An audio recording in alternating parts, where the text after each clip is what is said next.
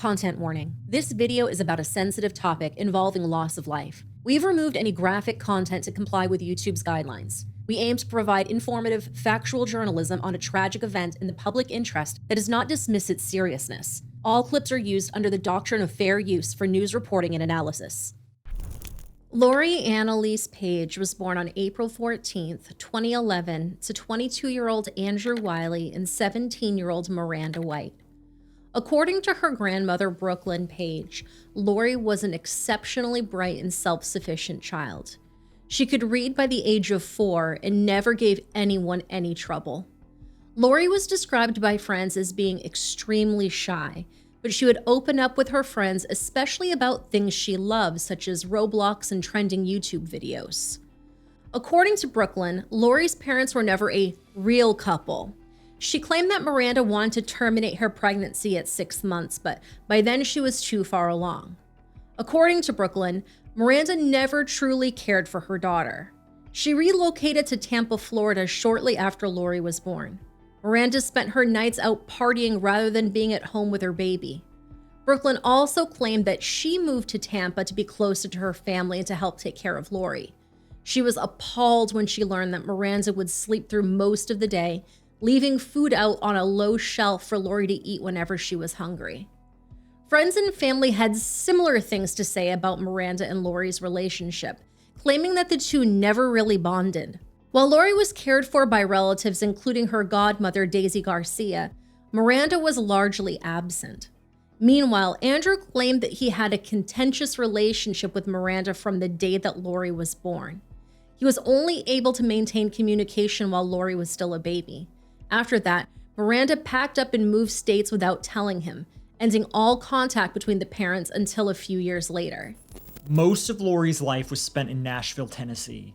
At some point in her life, CPS removed her from Miranda's care and placed her with her great-grandfather for a short period of time. Eventually, she was returned to her mother's care, who by then had started dating a woman named LaTanya White. In Nashville, Lori was said to have changed schools multiple times because Miranda would frequently relocate for better work opportunities. According to the Nashville Youth Services and Runaway Bureau, Lori ran away from home at least once while living in her mother's care, but she quickly returned without any incident. Allegedly, she had an explosive fight with her mother and decided to leave home.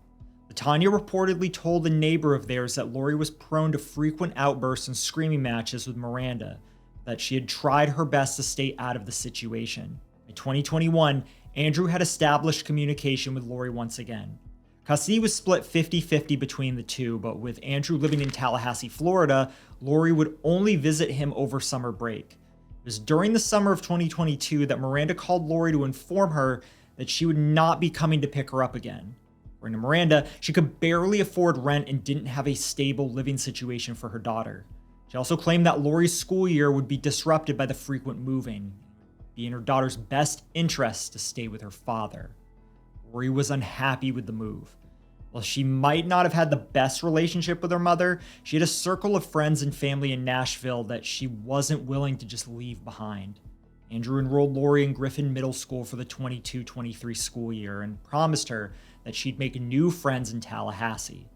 Lori didn't make many friends that year. She was still very shy and she never wanted to take part in any extracurricular activities.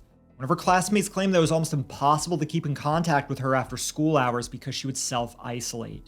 The student claimed that Lori didn't have social media and was not allowed to use a cell phone. Andrew stated that while he did give Lori a cell phone for a few months, he eventually confiscated it when Lori's grades started dropping, and according to him, she was watching inappropriate content online. He also claimed that Lori would just spend time by herself all day, either watching television or playing Roblox on his laptop. Lori remains in contact with her mother while living with her father in Tallahassee. However, most of their correspondence was via email on the school computer. Miranda claimed that Andrew wouldn't accept her calls or let Lori speak to her on the phone. Meanwhile, Andrew claimed that Miranda was being irresponsible as a parent and that she wouldn't give him Lori's social security number when their daughter came to live with him. Miranda was also apprehensive about the amount of time that Lori had started spending with her grandmother, Brooklyn. Now, according to text messages shared by Lori's godmother, Daisy, Miranda claimed that Brooklyn was an unsafe adult and could not be trusted around her child. According to Daisy, Miranda had accused Brooklyn of bringing home dates and then expecting her to date them too. Daisy pressed Miranda for specifics, but she wouldn't budge. In any case, Miranda believed that Brooklyn and Andrew were conspiring against her. In May of 2023, Andrew claimed that Lori had a particularly distressing meeting with her mother. Andrew believed that Lori would do something harmful and wanted to cut Miranda out of their life forever. However, Miranda rebuffed this claim and stated there was nothing out of the ordinary during her conversation with her daughter. As the school year came to a close, Lori's teachers started noticing red flags. A teacher named Nathan George reported Lori's behavior to the school counselor after she gave him a note asking him if he liked her. He also claimed that Lori would randomly hug him and that she was unable to regulate her emotions, often crying in the middle of the school day. When confronted by the school counselor, Lori denied everything and claimed the note didn't exist. On one occasion, Lori began throwing items across the classroom in a fit of unprovoked rage, prompting a visit from Lisa Britt, a counselor from the school board. Lisa conducted an interview with Lori, including a personality test. She concluded that Lori was likely suffering from depression and had feelings of inadequacy. People began to question what was going on in Lori's personal life.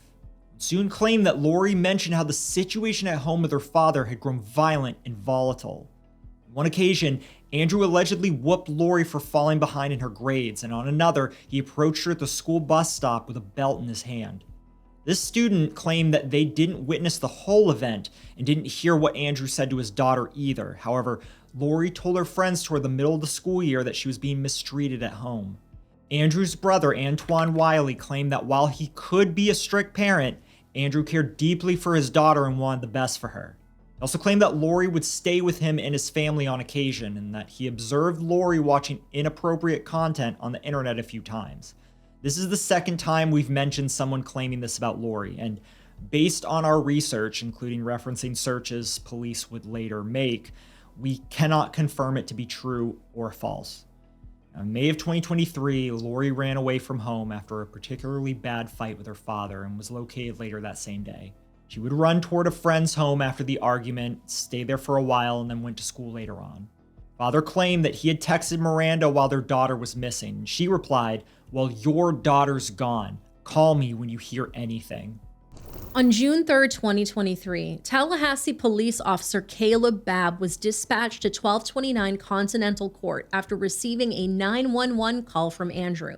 He reported that he left for work at 11 p.m. the previous day, that when he returned home the following day, Lori wasn't there. He told Officer Babb that when he left, Lori was watching TV. He also claimed they'd spent the whole day together. Officer Babb asked about any inconsistencies in Lori's behavior leading up to the incident. Andrew told the officer about the time she'd run away, as well as the distressing meeting with her mother. He claimed that the meeting with Miranda was the trigger that started a chain of events in which Lori was noticeably distracted and withdrawn in the days leading up to her disappearance. The police immediately began canvassing the area, visiting her school, and interviewing friends and family members. When someone goes missing, every minute counts. Margaret Summers, who's a paraprofessional at Griffin Middle School, knows this. That's why she's trying to get the word out about her student, 12-year-old Lori Paige. I feel like after 14 days, there has to be at least one adult who has seen her or has an idea where she may have gone. Lori is considered a missing runaway and was last seen on June 3rd near the 1200 block of Continental Court, which is close to Ocala Road and less than a mile away from Mission San Luis. Rhodey Ferguson, pastor for New Birth Tabernacle of Praise in Griffin Heights, doesn't know Lori personally, but he says in his position it's important to help the community any way he can. We ought to be her family. We ought to look for her consistently until she's safe and sound. I think it's incumbent upon the churches as well in the neighborhood because that's why we're there. We're in the community not just for spiritual growth, but also to be a voice. Summers says Lori has run away before, but she's always been found within a few days. I'm hoping that if nothing else, that Lori will come to the school. She knows she's safe there. She knows that people care about her there.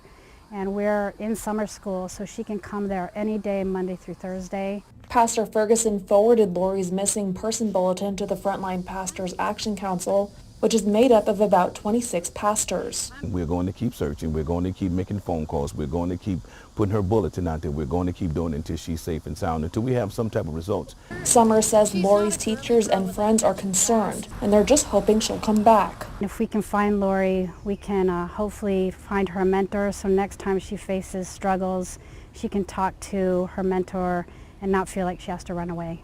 And her message for Lori if she's watching. Lori, you're a great student and a great kid, and there's nothing that you haven't done well enough. Just come back. Brooklyn claimed that Lori might have run away to live with a man named Maurice Jones, who was the only man her mother had dated that she had ever liked. Miranda and LaTanya claimed that Lori didn't establish contact with them at all. A neighbor of Andrew's claimed that he didn't see anything suspicious in the days leading up to her disappearance or the morning of it. Students at Griffin Middle School claimed that they had heard rumors that Lori had been killed and that her body could be found at the airport. Investigators believe that Lori, if she were still alive, would attempt to establish communication with someone at some point. In August of 2023, just a few months into her disappearance, Miranda posted a cryptic message on Facebook. It read, "My baby is gone," with a broken heart emoji. She quickly removed it.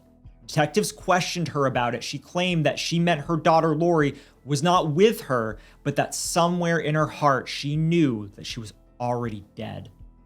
Although Andrew complied with the police and allowed bioluminescent testing of his residence, he was still being treated as a suspect in Lori's disappearance. Investigators found it odd that he appeared unmoved when they told him that Lori might have been killed. They claim that despite his daughter having been missing for several months at this point, Andrew didn't seem too bothered by it. Miranda wasn't much help either and reportedly refused buccal swab testing 3 times before actually complying. The only reason why investigators ruled her out as a suspect was because they retrieved her cell phone records and established that she was in the Nashville area during the time that Lori was said to have gone missing. Meanwhile, cracks began appearing in Andrew's retelling of the sequence of events that night. Not only did police uncover that Andrew had called into work sick on May 27th and May 29th, but the geodata from his phone showed that he traveled as far as Jacksonville, Florida, around the time when Lori was said to have disappeared. In February of 2024, nearly a whole year into Lori's disappearance, Andrew was called into the Tallahassee Police Department for an interview. When he didn't show up and wasn't responding to calls, Brooklyn was contacted. She told police that Andrew appeared anxious a few days before the interview. He was also infuriated at the suggestion that he might have had something to do with his daughter's disappearance. Later that same day, Andrew reached out to the police saying that he would come to the station but would only do so with his lawyer present. In the interview, Andrew went over the sequence of events again. However, this time the investigators asked him more direct questions. They asked him if he had ever disciplined Lori, and he said that he had, but only when it was deemed necessary. They also asked him to name any of her friends, and he couldn't do that. They then asked him why geodata from his phone placed him at Jacksonville International Airport around the same time as Lori's disappearance. To that, Andrew claimed that he went there to drop off a friend named Tim Brown. When asked for Tim's information, such as his phone number, Andrew said that he didn't have that on him. He also seemed agitated when investigators pressed for more information on how, when, and why he took his friend to the airport that day. Police were never able to get any information from Andrew about Tim Brown. They even invited his brother Antoine to the police department, and he claimed that he had never heard that name before. Still, he believed Andrew would never harm his daughter. He thoroughly believed that Lori was alive somewhere and that she had run away from home while Andrew was at work. He believed she was unhappy with how strict her father was and that she had a pattern of running away from home when things got hard for her. Brooklyn also stood in support of Andrew, claiming that if there was one thing she knew for certain, it was that he would never hurt his daughter. Simone Robinson, who was Andrew's girlfriend at the time, had been away in Louisiana for military training. She claimed that she had first heard of Lori's disappearance sometime in mid-June when she was given phone access again. When questioned about the existence of Tim Brown, she claimed that Andrew did have a friend named Tim. This was eventually revealed to be a man named Tim Costume, who claimed he had never flown out of the Jacksonville International Airport. Simone also revealed that there were old cell phones and laptops in the home, which Lori would sometimes use to play Roblox. Police asked Andrew to surrender those devices, but he refused. Eventually, they turned up at his house with a probable cause search warrant, seized both of the devices and his Dodge Charger.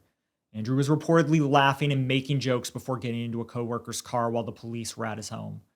When bioluminescent tests were conducted on the Dodge Charger, traces of blood were found around the front passenger seat and front passenger window. The smoking gun came a few days later in March of 2024, when investigators were able to retrieve information from Andrew's seized devices that showed he'd made contact with an online travel agency. He purchased a one-way ticket to San Juan, Puerto Rico on June 2, 2023. He then traveled to Jacksonville, where he retrieved the tickets, but he never made his flight and asked for a refund instead, which was denied. Police also believed it was strange that within a few months of Lori's disappearance, Andrew had moved homes and changed his cell phone number. They also couldn't get a direct answer from Andrew on what he did on the 2 days he called in sick from work. Tim Brown was obviously a fictional character he'd made up right there and then on the spot. Not to mention the one-way ticket to Puerto Rico. Andrew had also applied for a passport around the same time, despite not needing one to travel to Puerto Rico. What made investigators even more suspicious was that on the day of his scheduled flight, he called 911 to report his daughter missing. Police then asked Brooklyn to call Andrew with them present. The investigators claimed that while Lori's grandmother repeatedly tried to direct the conversation toward the missing girl, Andrew would veer off and talk about his mental health struggles.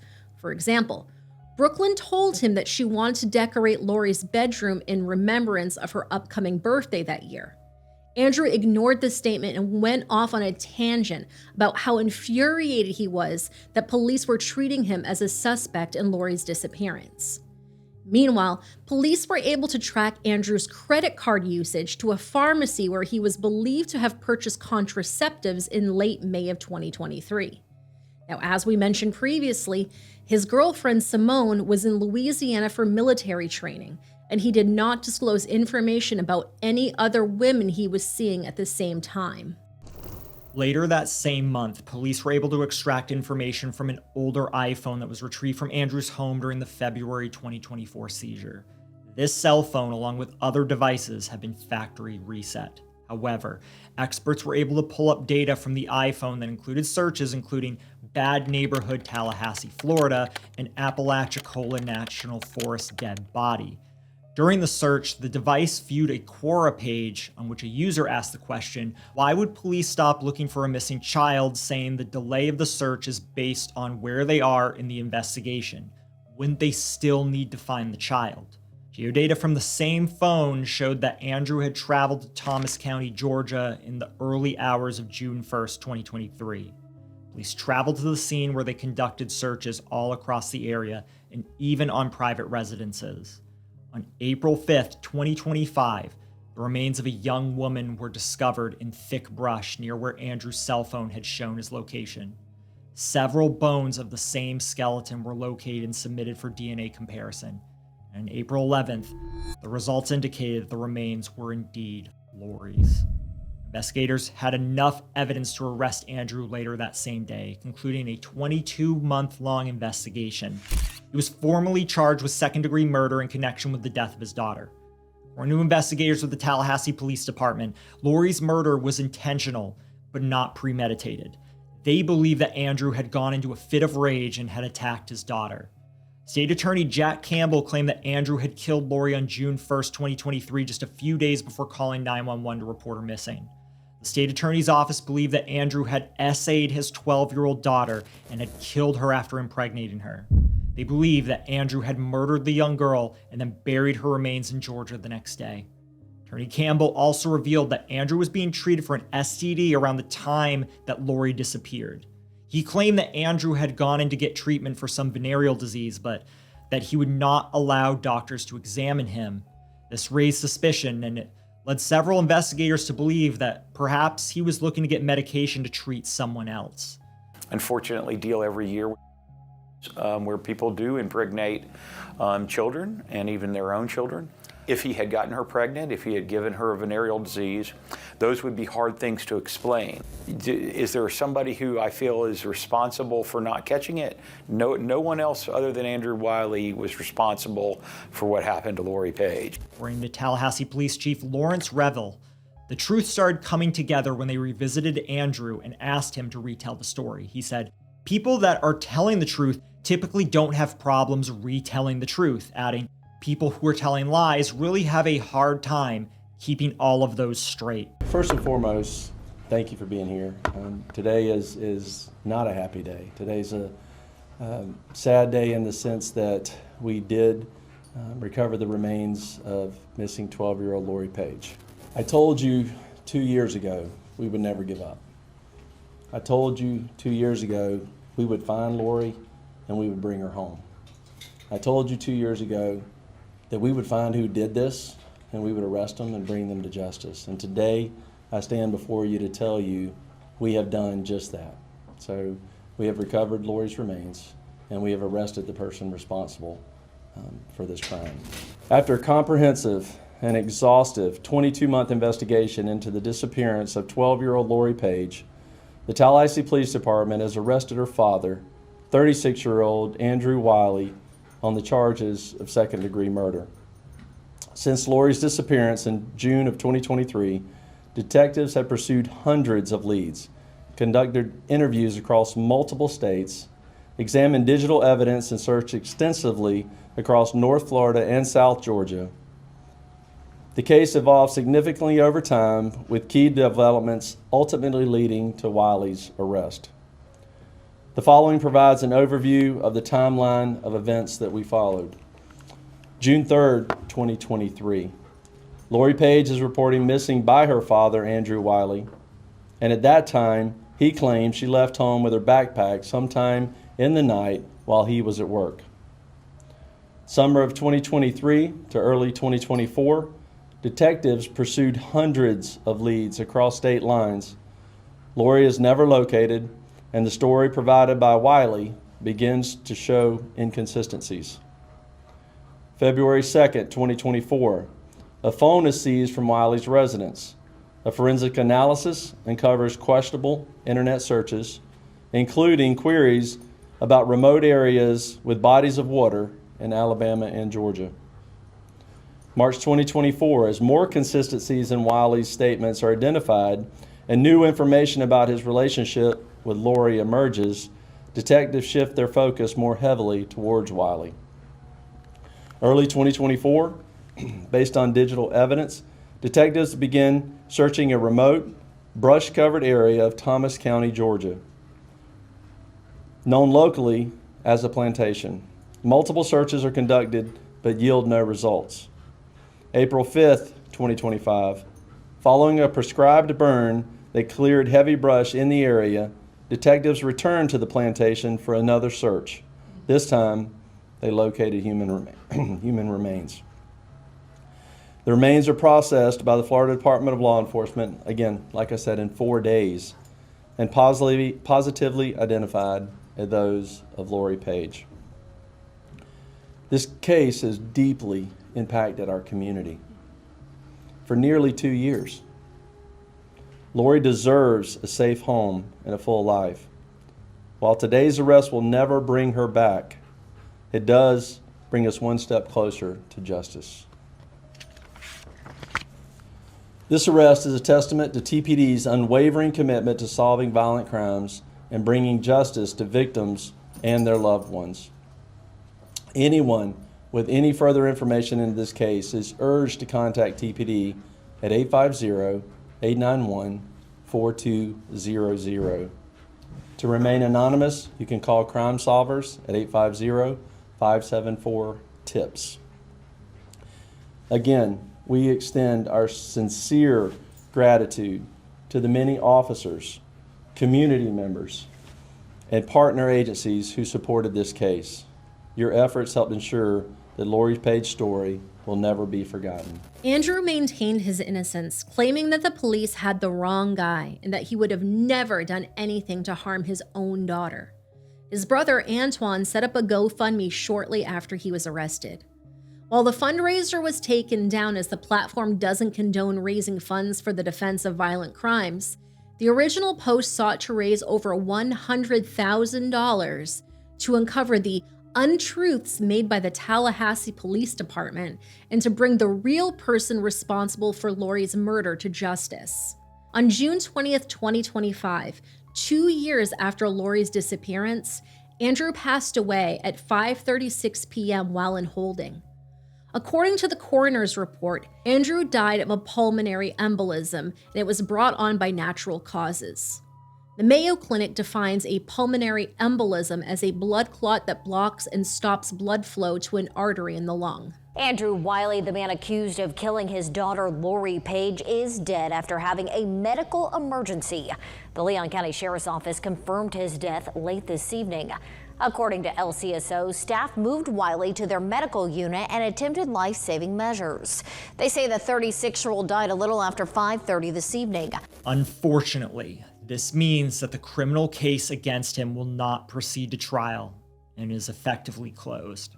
Prosecutors have stated they are confident in the evidence pointing to Andrew Wiley as the person responsible for Lori's death, including digital forensic data, suspicious behavior, and location tracking that placed him near the site where Lori's remains were found. However, because he died before conviction, the court cannot officially declare guilt, and Lori's family will be left without the closure of a full legal proceeding. Authorities have indicated that unless new evidence emerges implicating another party, that the case will remain inactive. Many community members felt a mix of sorrow and relief at the news of the arrest after nearly 2 years of uncertainty and grief. A candlelight vigil and bubble-blowing ceremony were held at the Adderley Amphitheater in Tallahassee in remembrance of Lori shortly after police found her remains. The crowd received candles and bubbles as the song Human Nature by Michael Jackson played in the background. The event concluded with a moment of silence for Lori. Margaret Summers, a staff member at Griffin Middle School who had spoken with Andrew during the investigation, described the arrest as a sobering conclusion to a painful case, saying, "It's a dark ending to a dark, twisted tale.